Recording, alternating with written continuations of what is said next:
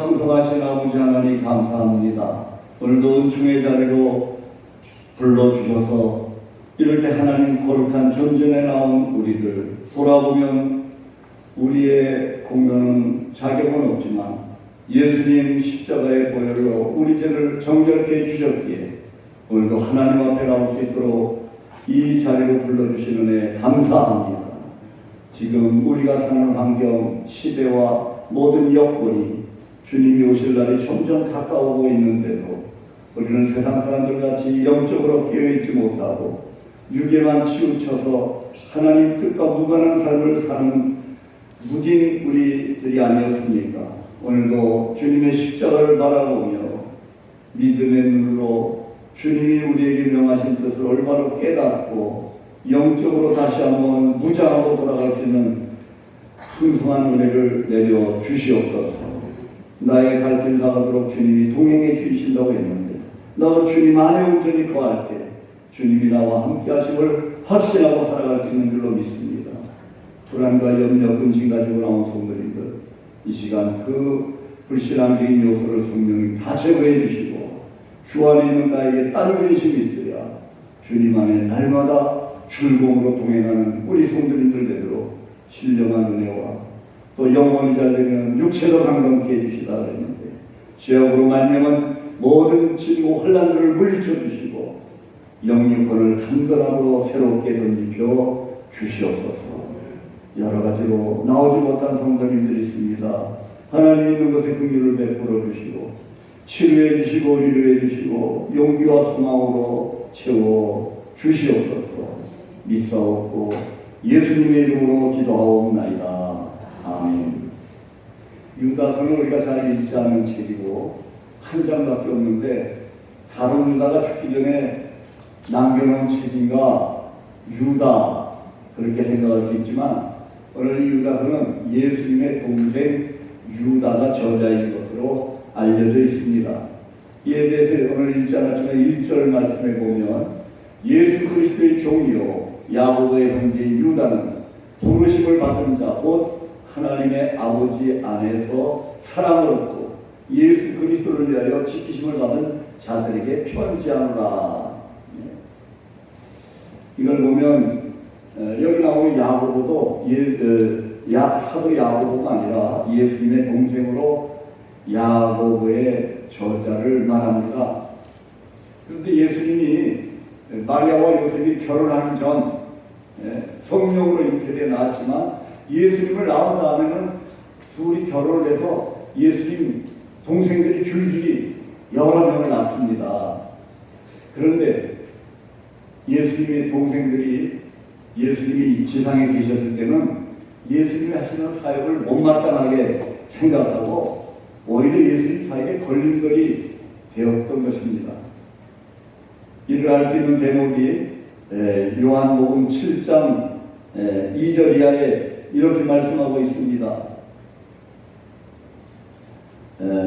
유대인의 명절인 초막이 가까운지라 그 형제들이 예수께 이르되 당신이 행하는 일을 제자들도 보게 여기를 떠나 유대로 가소서 스스로 나타나기를 구하면서 묻혀서 일하는 사람이 없나니 이 일을 행하려거든 자신을 세상에 나타내게 하소서 하니 이는 그 형제들까지도 예수를 믿지 아니하니라. 예수님이 하는 말씀을 형제들조차도 예수님이 지상에 있을 때는 믿지를 않았다는 사실입니다. 형제들조차도 예수님 형제들조차도 믿지 않았다고 하니 그 주변에 예수님이 사역할 때 얼마나 많은 사람들이 믿지 않았겠습니까? 예수님이 메시아로 오셨는데 그냥 육신으로 혈육의 형제들로 저들은 생각하고 말았던 것입니다. 그런데 이런 육신의 형제들이 예수님께서 부활하신 다음에는 완전히 달라지게 되었습니다. 그리고 초대교회의 중추적인 역할을 한 사람들이 바로 물론 제자들이기도 하지만 그 예수님의 형제들이 초대교회에 얼마나 중추적인 역할을 했는지 모릅니다. 이 변화는 무엇을 말합니까? 예수님의 메시아 됨을 믿지 않던 그들이 메시아 되심을 확신하고 받아들였다는 사실입니다. 똑같이 예수님을 믿지만 그분은 나의 구세주, 나를 천국으로 인도하실 분, 얼마나 확고한 신앙을 가지고 여러분이 날마다 살아가고 있는지 오늘 구원의 확신을 체험하고 그들 마음이 변하니까 전에는 예수님에 대해서 비웃어주겠지만 이제는 예수를 전하는 일에 가장 앞장설 수 있었다는 사실입니다. 왜? 메시아들이 너무나 확실하기 때문에. 전에는 그가 메시아인지 몰랐지만 죽었다가 부활하는 것을 보니까 그게 있을 수 없는 일이 있잖아요. 그래서 그는 그분을 믿어야만 구원받는 사실과 우리가 살 수 있는 길이 어디 있어요? 예수 믿지 않고는, 예수로 말미암지 않고는 하나님께로 올 자가 누가 있습니까? 이런 흔들림이 없는 믿음의 확실히 있는 변화가 그들에게 생겨졌습니다. 유다가 살았던 당시 사도들의 뜨거운 복음 전파를 통해서 급속히 복음이 널리 번지기 시작했습니다. 그리고 복음이 전파되는 곳마다 교회가 세워졌습니다. 그러나 당시 교통 여건상 교회는 세워져서도 한 번 가서 복음을 전해서 세워진 교회에 또 가서 돌보기가 쉽지 않았어요. 복음이 널리 확산되고 교회가 세워지긴 했지만 성령 충만한 사도들이 그 교회를 돌볼 수 없었어요. 그러다 보니까 주변에 이단들이 교회에 침투해서 성도들의 신앙을 흔들고 이단 사설들이 들어오고 그 미혹을 받아서 교회를 떠나는 성도들이 자꾸만 생기게 되었을 때에 이러한 이단으로 말미암아 교회가 흔들리고 파괴되는 현상을 유다가 용납할 수 없어서 바로 성도들의 신앙을 확고히 다시금 세워주기 위해서 그들의 유혹을 뿌리치도록 하기 위해서 바로 이 유다서 단 한편이지만 교회들에게 시급하게 이 편지를 써서 보냈던 것입니다.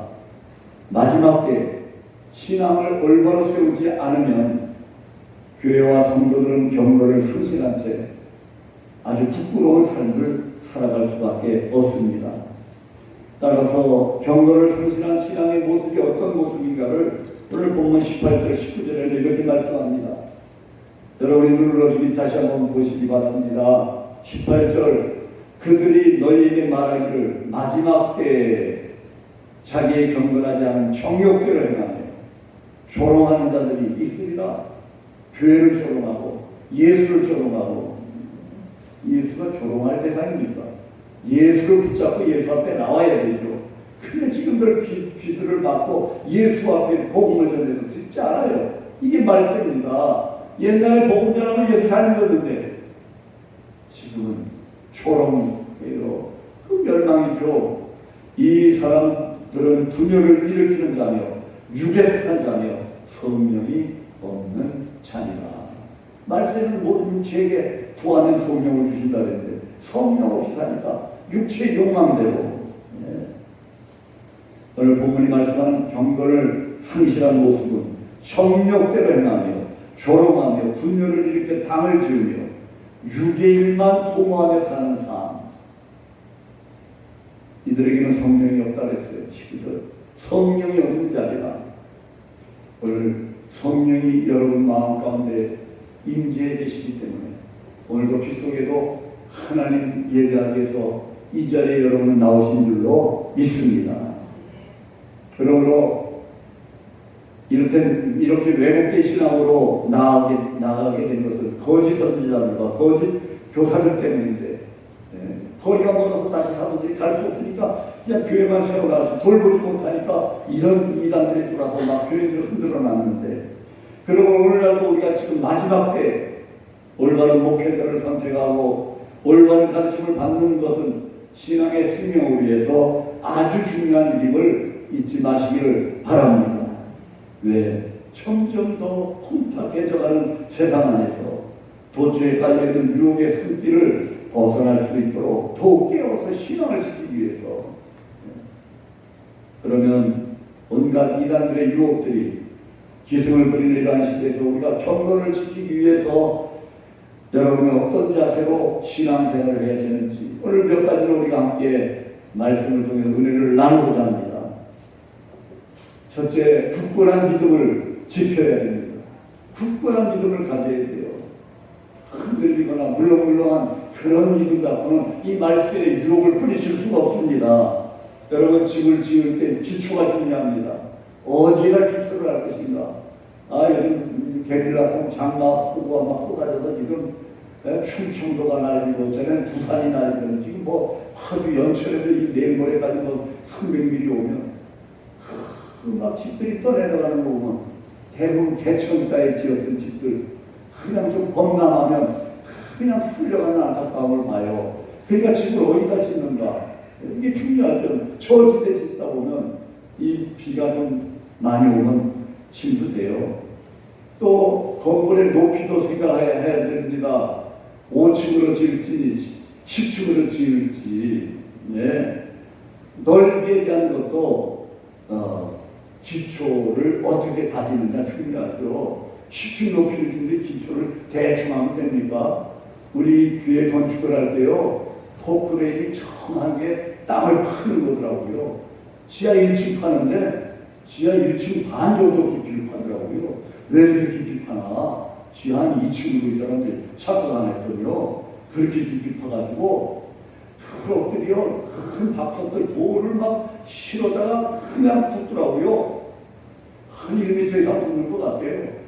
그러더니 그 위에다가 레미콘 차가 그냥 콘크리트를 그냥 붓는 거예요. 그만큼 1m 이상 그냥 큰 돌들을 갖다 기초로 그렇게 붓고서 거기다 또 콘크리트를 붓고 그래서 평평하게 된 다음에 그 기초 위에 그게 어떻게 보면 반석과 같은 역할을 하는 것 같아요. 그 위에다 철근을 얼키설키 정자로 철근들을 그냥 그것도 한 30cm나 50cm를 그렇게 해서 또 콘크리트를 붓고 이 기초 공사가 시간이 많이 걸려요. 그리고 나서 우리가 이 지하 1층, 지상 3층인가 이 집 공간으로 가서 뒤에 10주택 5층 높이하고 같은 데로 지금 3층 아니시면 5층의 높이입니다. 그러니까 지금 이 30년이 다 돼가도 이 건물이 끝도 없잖아요. 참 잘 된 건 여기 기둥이 있어야 되는데 가운데 기둥이 없어요, 이 건물은요. 그렇게 기초를 튼튼히 하니까 그거 생략하고 그냥 거기다 그냥 기둥 세우겠으면요, 어떻게 되겠어요? 비만이 오면 점점 기울어져가고 쓰러지지 않겠습니까? 건물도 그러한데 하면요, 오늘 신앙생활에 있어서도 이 기초 문제가 아주 중요합니다. 기초가 굳건하지 못한 신앙은 평안할 때는 유지되는 것 같지만 환란이 일어나면 무너지고 마는 것입니다. 또한 기초가 제대로 형성되어 있지 않으면 시시때때로 선을 행하고 기적을 행하고 푸른 가지가 뻗어서 굉장한 제목이 될 것 같기는 한데 겉은 뻗지라고 풍성한데 열매를 맺지 못하는 것입니다. 저와 여러분의 신앙의 기초는 예수 그리스도, 오직 예수가 기초가 되어야 함을 다시 한번 마음에 가지시기를 바랍니다. 그것이 바로 올바른 믿음이에요. 예수 그리스도가 우리 믿음의 가장 기초가 되는 그 기초에서 우리 믿음의 신앙을 쌓아가는 그것이 올바른 믿음입니다. 누구를 믿으며 무엇을 믿을까를 분명히 해야 되는 것입니다. 신명기 6장 4절 이하의 말씀을 쉐마라, 히브리말로 쉐마라 그러는데 이스라엘 백성들이 가장 중요하게 여기는 말씀이 이 쉐마입니다. 무슨 말씀입니까? 그래서 어려서부터 이스라엘 백성들은 이 말씀을 귀에 모시도록 암기하고 모시도록 가르치는 거예요. 그 말씀은 그렇게 복잡한 게 아닙니다. 이스라엘아 들으라, 우리 하나님 여호와는 오직 유일하신 여호와, 하나님만이 유일하신 신이지 이방 사람을 섬기는 신은 없어. 오직 하나님만이 유일하신 하나님이시다. 여러분, 하나님 외에 또 다른 생각도 하십니까? 다른 거 의지하려고 하는 그런 마음이 없이 잡초같이 우리 마음속에 있지 않습니까? 그 하나님을 인정하신다면 어떻게 돼요? 오직 너는 마음을 다하고 뜻을 다하고 힘을 다하여 내 하나님 여호와를 사랑하는 삶. 오늘 본문에서 유다는 20절에 뭐라 했어요? 지극히 거룩한 믿음이라 했어요.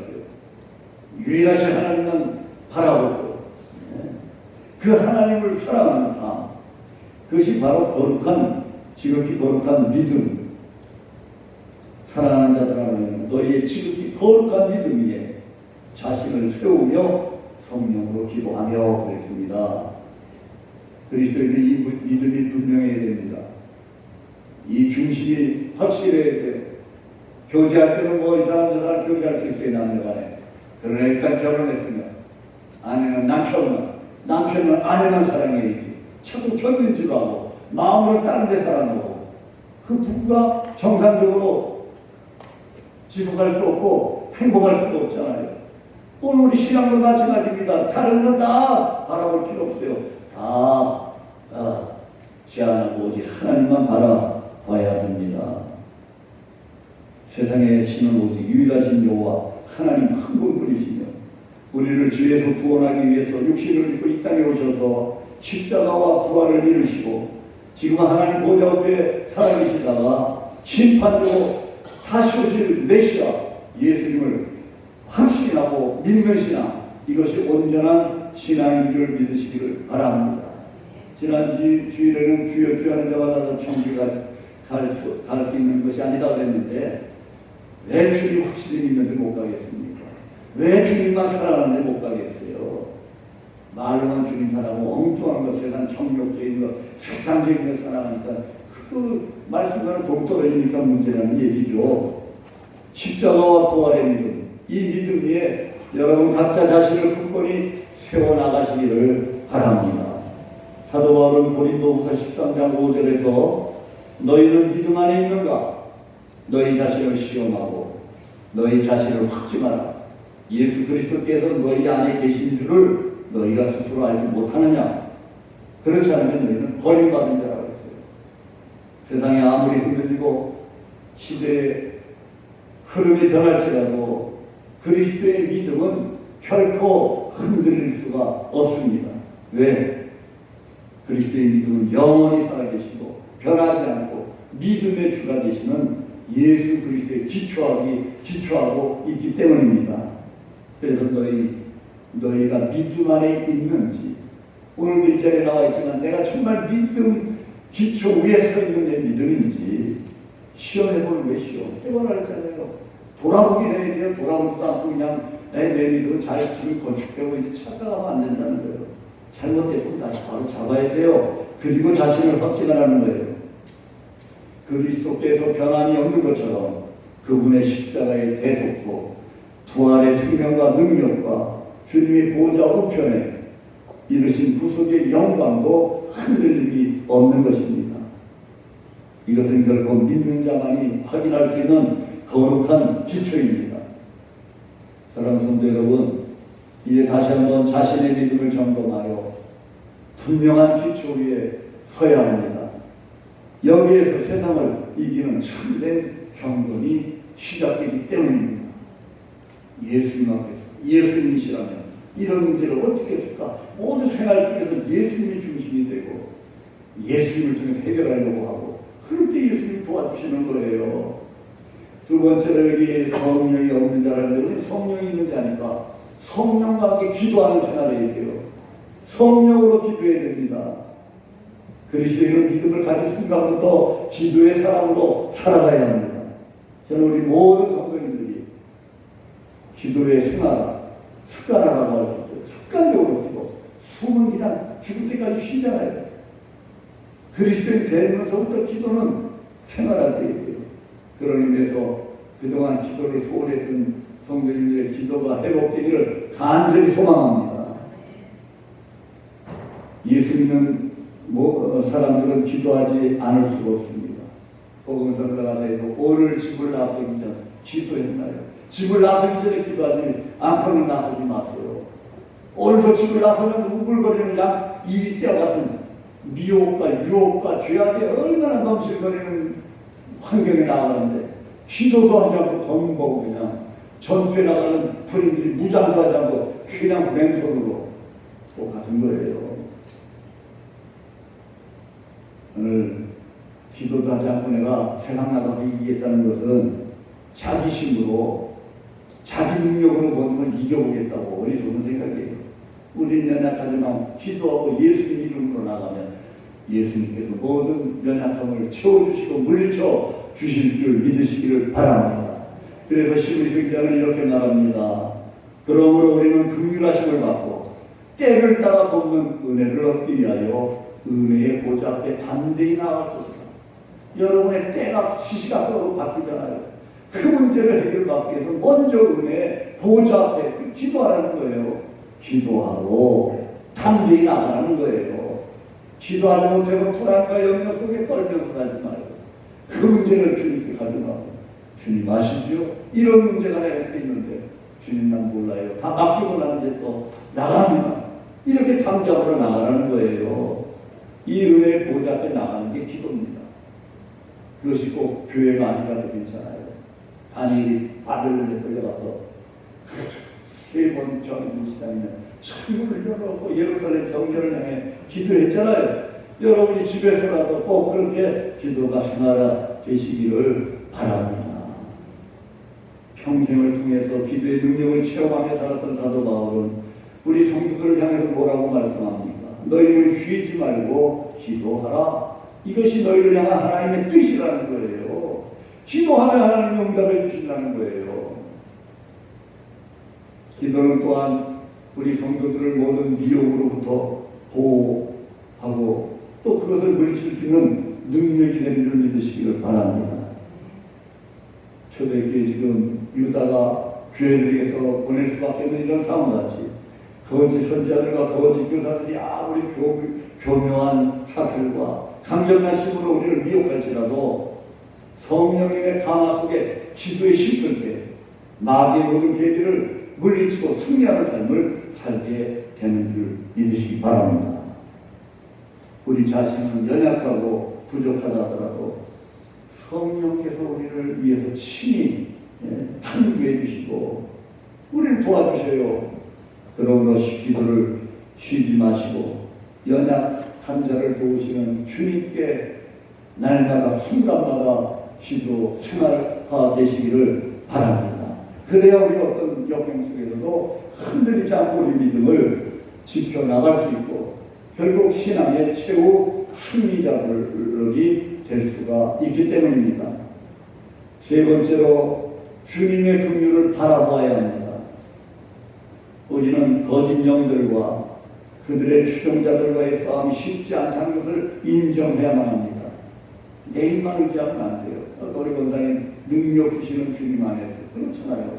나는 여자지만 능력 주시는 주님의 능력을 기도를 통해서 힘있게 될 때 그러지 않고 우리가 방심하면 결코 이 영적인 싸움에서 우리 힘만 의지해서는 이길 수가 없습니다. 그러므로 우리가 하나님 앞에 기도할 때는요 겸손하게 나의 연약함을 주님 앞에 솔직히 다 고백하면서 주님의 긍휼함을 구할 필요가 있다는 거예요. 뭘 맡겨놓고 그냥 달라는 식으로 그냥 뻔뻔스럽게 그게 아니라 긍휼히 여겨달라. 긍휼함으로 구하는 게 긍휼함으로 쇠리와 서기관들 같이 목을 뻣뻣이 하늘을 향해서 들고 두 손을 들고 막 기도하는 게 아니라 쇠리같이 고개도 못 들고 하나님 나는 죄인입니다. 주님 나를 도와주시옵소서. 이렇게 긍휼을 구할 때 하나님이 도와주신다는 거예요. 나는 은혜 베풀 자에게 은혜를 베풀고 은혜 베풀 자가 은혜 받을 자가 누구예요? 긍휼히 여길 자에게 긍휼을 베푸느니라. 출애굽기 33장 19절의 말씀이에요. 오늘도 여러분이 절박한 문제 해결에 어려움이 있습니까? 겸손히 하나님 앞에 긍휼을 구하시기를 바랍니다. 긍휼이라는 것은 불쌍히 여기는 마음 이런 뜻도 있어요. 하나님 우리를 긍휼히 보실 때 도와주시지 야, 넌 그런 자세로 그냥 뻣뻣하게 하나님 멀었어. 오래전에 한월산 기도원에 아주 오래전이죠. 여름 집회 갔을 때 그 한월산 대성전이 있고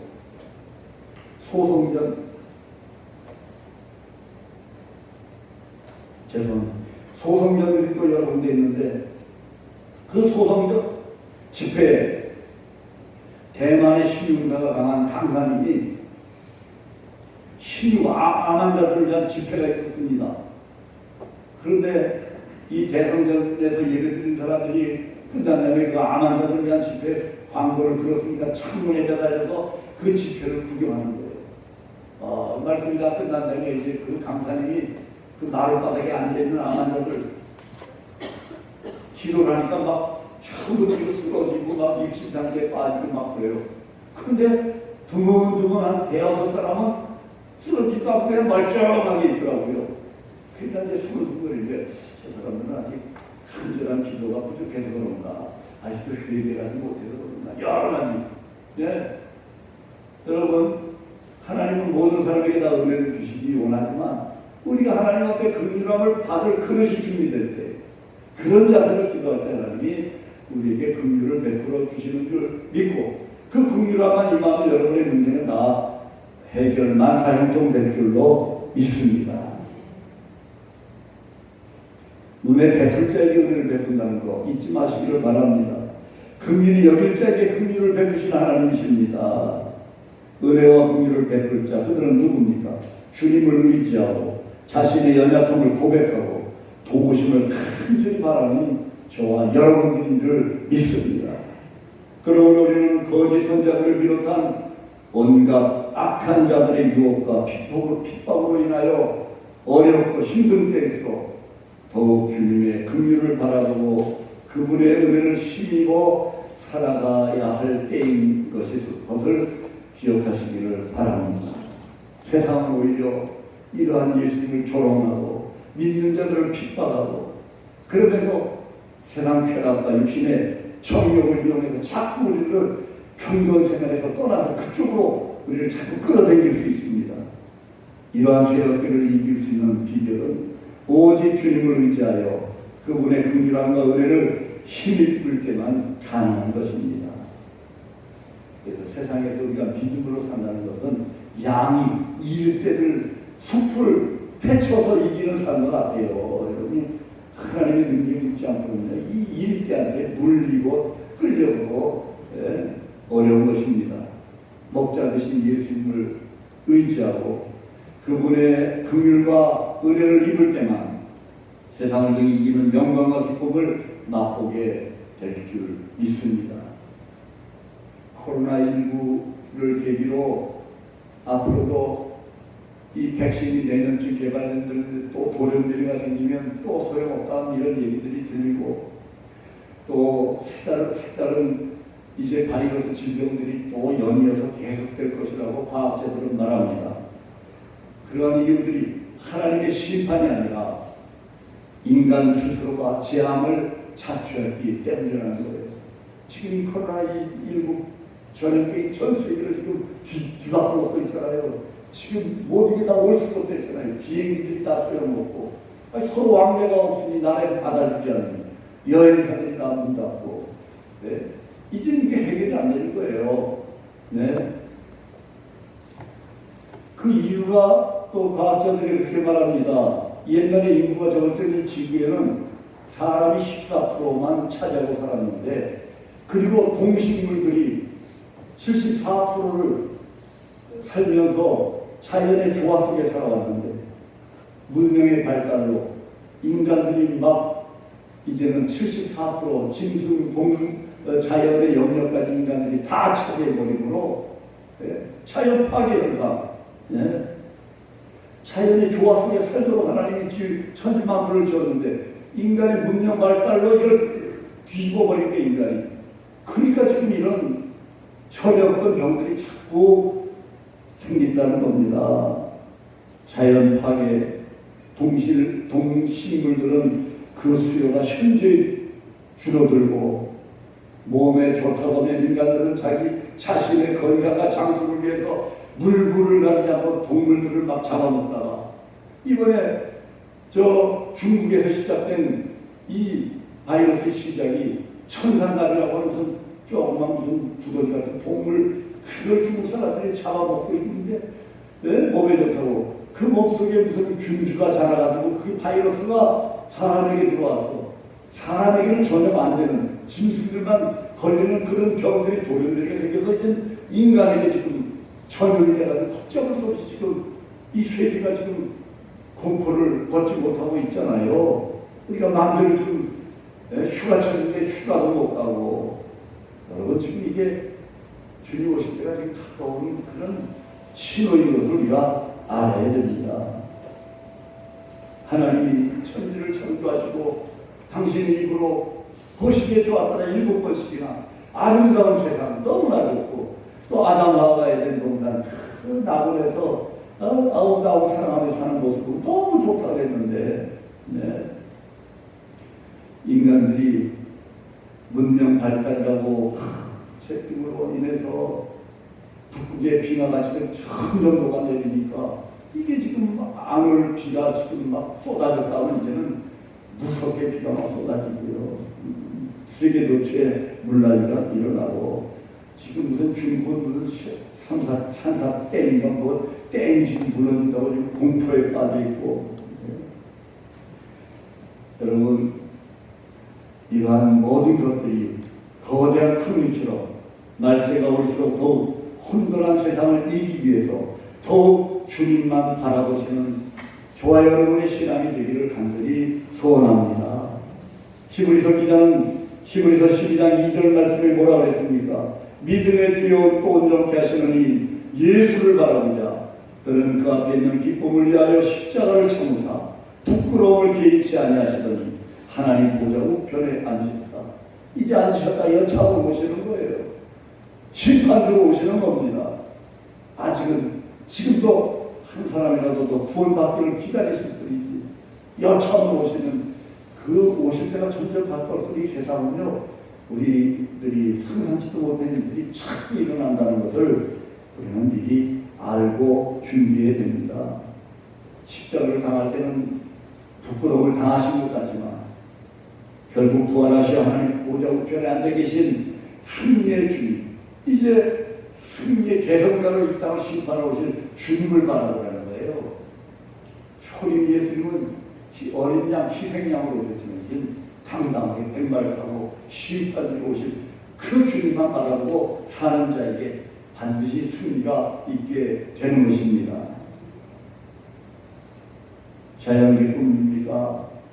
세상은 점점 어지럽고 영적으로 혼돈하고 삶의 상황들은 살기는 좋다 하는데 점점 더 흉흉해지고 있습니다. 우리나라 신천지 이단이 아주 가정을 파괴하고 얼마나 혼란을 줬어요. 이번에도 코로나 바이러스 19가 그 신천지들이 중국 가서 와가지고 대구에서 집회하다가 그냥 막 2,000명 중에 막 2,000명, 3,000명 발병이 시작돼가지고 이제 전국으로, 그리고 이만희 교주가 금요일날 구속됐어요. 그랬더니 지금 신천지 30만 교도들이 지금 우리도 다 잡아놓으라고 지금 난리를 치고 있는데, 여러분 이단들이 이렇게 나라를 뒤집어놔요. 여러분들이 이단의 자녀들이 빠진 자녀가 있는 가정들의 고통을 아십니까? 요 화정에 본부가 여기 신천지 교회가 있는데, 거기 가면 그냥 양쪽에 바리케이트를 경찰 포토를 걸었고요. 피켓들도 우리 딸 아들 내보내라고 맨날 데모하는 거 봤어요. 네. 이 이단들이 얼마나 극성을 떠는지요. 네. 오늘 말세지 말이라고 하는 이러한 때 여러분 신앙 정신을 똑바로 지키지 않으면 그렇게 다 넘어가는 거예요. 코로나 때문에 교회 못 나오고 신앙생활 못해요. 이것도 바로 말세 한 단면으로 가야지. 예. 앞으로 어떤 더 신앙에 방해거리들이 있을지도 모르는데, 주님 바라보지 않고 그냥 내 몸뚱아리만 병에 안 걸린다고 주술이 믿는 거, 그거 경건의 믿음 생활하는 게 결코 아닙니다. 그건 조심을 해야 되지만, 신앙생활 자체가 위축돼서는 안 됩니다. 믿음의 근본이신 예수 그리스도에 대한 확고한 믿음을 지니고 기도하며 온전케 하시는 주님만 바라보면 사탄의 세력이 아무리 크다 할지라도 여러분을 하나님이 지켜주실 줄 확신하시기를 바랍니다. 어두울수록 별이 더욱 빛나듯이 종말의 혼돈이 올수록 경건한 성도의 삶은 영광의 빛으로 더욱 찬란하게 드러나는 삶을 살게 되는 것입니다. 그러므로 여러분 살아계신 예수 그리스도만을 굳건히 의지하고 성령으로 기도하며 여러분의 연약함을 긍휼로 감싸주시는 주님만을 갈수록 더 온전히 바라보시기를 간절히 바랍니다. 그리하면 여러분과 함께 하시는 주님의 은혜와 능력을 힘입어 모든 거짓과 사탄의 권세를 멸하며 그리스도의 참된 진리와 영향을 드러내는 성도의 삶을 살아가게 될 것이고 그런 승리의 삶을 살아가는 성도님들이 되시기를 주님의 이름으로 축원합니다.